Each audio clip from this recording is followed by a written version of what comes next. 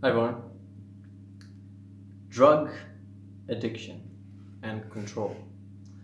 I got a specific request of someone speaking on the topic of drug addiction and control. And obviously this implies that someone would like to stop their drug addiction. Someone would like to see how they can control their addiction. And in other words, also asking how can they develop self-will? How can they will themselves to not give in, to not go into the temptation, to not be led into temptation? And this is where I'm going to hit the topic for everyone on what is a drug? What is a drug? Right now, I have coffee with me. I wonder where these beans came from. I know the water came from a borehole here on our property that's in a hole from the ground, but the coffee beans come from Brazilian forests or somewhere. But coffee is a drug. Cigarettes is a drug. Alcohol is a drug. We can go on and on about what is drugs. Drugs or even sweets. Anything can be a drug and anything can be an addiction. And if we go deeper into the point of what is a drug, we can even go back to without us having to drink coffee or having sugar or having actual drugs like weed or cocaine or, there's so many drugs, I'm not going to mention them all. But my point is, the first drug that exists inside of us is in here. That is our thoughts, our feelings, and our emotions. They are all literally chemical combustions. For example, people always say love is a drug. Love is a drug. Literally, it is a chemical reaction happening in your body and it gives you a certain feeling, a certain high. You enjoy it, you want to follow it, you want more of it. So you find your true love, you find your one partner for this lifetime, and you generate that feeling of love the whole time because you're high on it, you're enjoying it, life seems beautiful, life seems different, life seems like all possibilities are in front of you. And that's what a drug does. A drug basically helps us escape reality. It helps us escape who we are, who we have accepted and allowed ourselves to be. So, to the point, if we want to stop any addiction, any drug addiction, and here we're going clear on the word drug now, right? You know that it can be anything. Anything can be a drug. How do we stop it? We have to first move inside. We have to look at what is the feelings, what is the emotions, what are the thoughts that we are participating in, because that's the first thing we're addicted to. If we're addicted to negative thoughts, feelings, or emotions, or positive thoughts, feelings, or emotions, then that's our drug. If we wake up every morning and we go, oh, not another day, that's our first hit of our drug. We're injecting ourselves with that negative energy. And then we say, okay, this is how my day is going to be. I'm going to experience myself this way today. If we wake up and we go, what a wonderful day, that's a positive drug. It's still a drug. It's still an addiction. Everything that we experience ourselves is our first addiction, our first drug. And addiction means it's something that you do habitually. It's something that reoccurs over and over and over again. We can't find to stop ourselves. So our drugs can go up and down as well. For example, if you wake up negative in the day, oh, what a day, and you wake up, you go out and you have your coffee. Your coffee suddenly makes you feel a little bit better, a little bit more positive, all right? Now you got your high. Feeling much better, okay? But now that's just a little hit.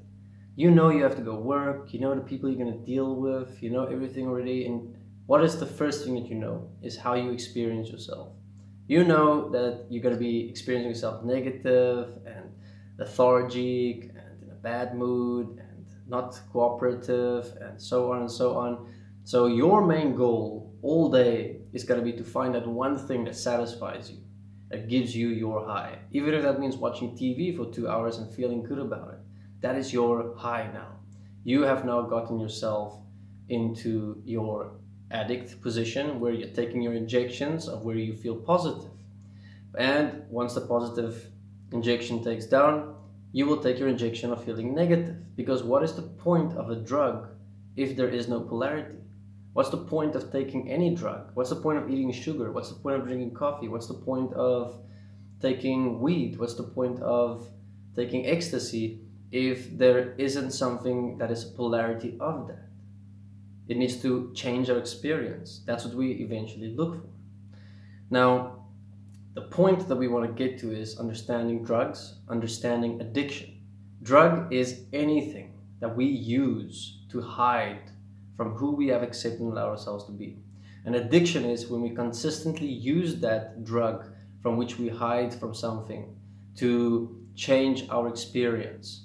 This can be sugar. You feel bad, you feel negative, you go buy yourself a little pack of sweets and you feel better. That's your drug. That's now your addiction. You're not going to keep doing that because you've now proven that you get a high, you feel better after buying those sweets. But it doesn't last long. So you're now going to go find something else, something else, something else. And usually in the system, what people do is after a whole week of work, they will go and party. That party Friday, party Saturday, and go to a religious gathering on a Sunday, all just to feel positive because the rest of the week is negative. So those are our highs, and usually on the weekend people use drugs, alcohol, etc., etc. Those are your more extensive getting away methods. Now, if you're in a position of wanting to stop a drug addiction, you must not focus on stopping an actual drug. Like, I need to stop weed. Yes, your goal is to stop weed, or I need to stop using cocaine. Yes, you need to stop cocaine, but you cannot focus on wanting to push the cocaine away and say, I'm not doing cocaine, because you're still sitting with yourself. You are always the starting point.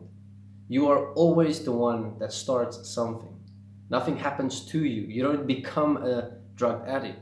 It's you that initiate it and you that continue it. So you have to look at, why am I continuing it? What is my experience of myself? What inside of myself is the whole time seeking to hide behind a drug and then making it addiction? Because that means whatever I'm experiencing inside myself is reoccurring and I'm not changing it. So the drug and the extensive way that we are addicted to something is showing us the extensiveness that something exists within inside of ourselves. And this always actually leads to self-definition. The belief that we carry of ourselves around. Who do you believe you are? If you are a drug addict that just can't stop and you're ruining your life, you're ruining other people's lives, you are fucking up the whole time, then what is the belief of yourself that you're carrying around? That you are a fuck up, that you are useless, that you don't deserve to live, that you don't deserve to do all of this or that, or you can't, you're not capable, and so you go into drug addiction to hide from yourself the whole time. Now, everyone's got their own drug. I don't know what your drug is, but you have to start with looking inside. Who am I? What am I accepting and allowing? And this is the only way. Stopping the drug is not going to stop who we have accepted and allowed ourselves to be. We can stop a drug and still experience ourselves that way, but we will replace it with something else. It will eventually take on a different form.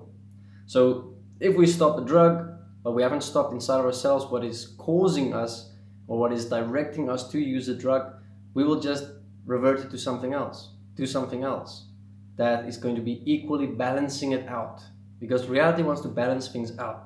So if you're extremely negative, you can look for something positive, but it always turns negative, because that's the basis of what this current world is set up. It's negativity. That's why we will see the world is just negative.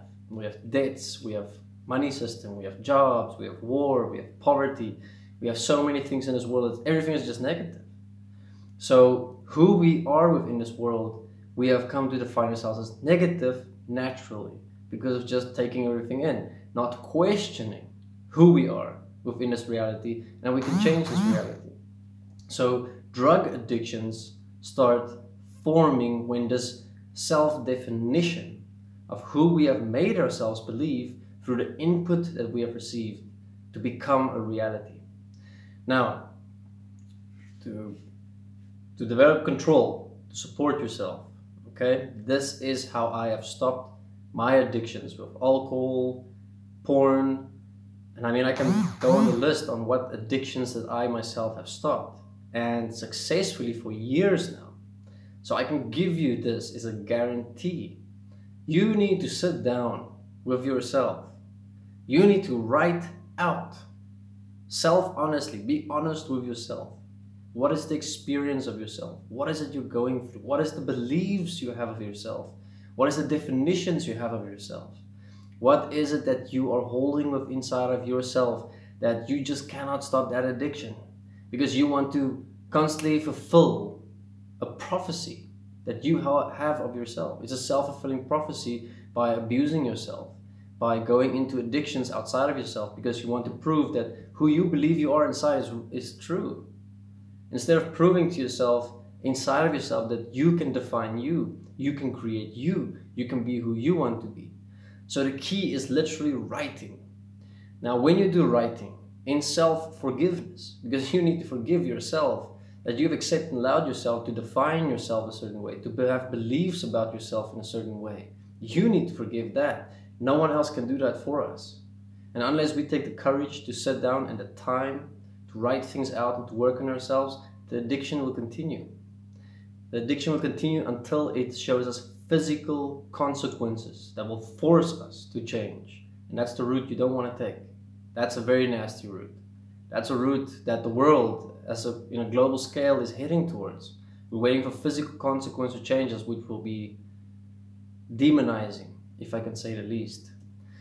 So, in the moments, I'm going to give you now practical, real-time experience, what you need to do. Let's say you are now a porn addict, or you are a drug addict, or an alcohol addict, or you are an addict to anything that you want to stop.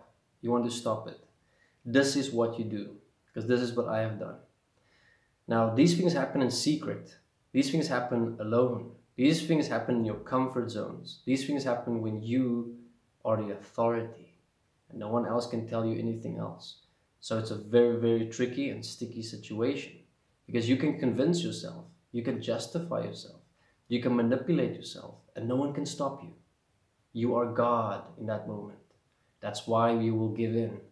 But to really stand as God in those moments, you have to develop a breathing technique where no matter how intense that experience inside of you get, that you want to use drugs, or you want to take a sip of alcohol, or you want to watch porn and masturbate, no matter how intense it becomes, you need to breathe and not do it. That's self-will. That's to will yourself. To no matter what you're experiencing, you decide and you stand by that decision to not do it, no matter what. It's like a storm. It's like a hurricane. It's like a tornado. In the eye of that storm, it's quiet.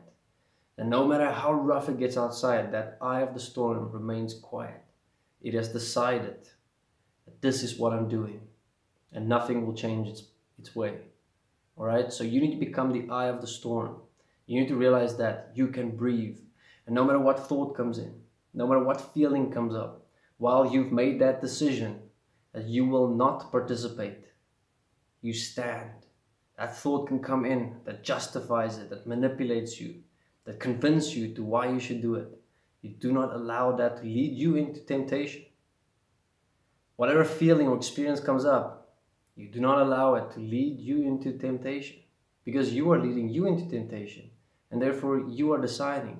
You're always deciding, and you can decide in that moment to just stand still, breathe, and direct yourself. Go do something else. Find something else to do.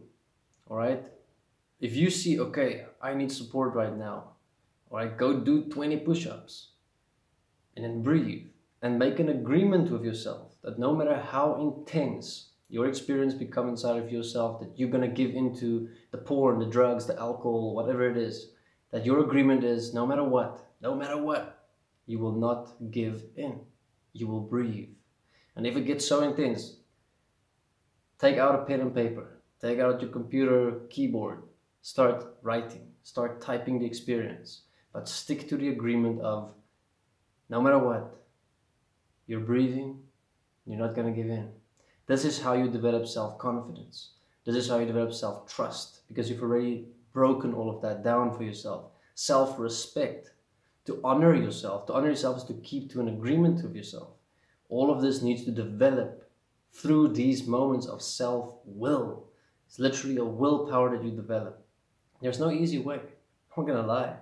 And there's gonna be fails, there's gonna be trials, and you have to forgive yourself. You have to be okay with making a mistake or giving in once or twice. I'm not saying you're going to, and preferably don't, but if it happens, do not judge yourself. Self-judgment never helps. Forgive and move as to correction. But if you just keep doing, and doing, you're diminishing yourself, which is unnecessary. And yes, it's gonna take some hard moments because you are in those moments alone. You are in those moments by yourself. There is no one that is your authority, and you can make all the decisions and manipulate yourself and deceive yourself and justify yourself in billions of different ways to why you should give in to that one thing right now, even though you've made a decision that you don't want to. So be careful of your little voice in your head, because that's the first addiction that we need to stop. Be careful of the experience that we get inside ourselves and want to follow, because that's the first addiction. The drugs, the alcohol come secondary. They're an outflow of our inner experience. And where does these thoughts and feelings come from? They come from memories. They come from how we have defined ourselves, how we have valued ourselves, how we have created beliefs about ourselves and ideas about ourselves. And those are the things, those are the programs, the core programs we need to forgive and remove and replace with new programming, which is what we put in, that is based for ourselves, our utmost potential, and everyone around us. That's the advice I can give tonight on drug addiction and control. Self-control is basically self-will. So will yourself. Thank you very much for watching. This is Kian. Please like, subscribe, leave a comment if you have anything, and share this to support and help others. Thank you very much. Bye-bye.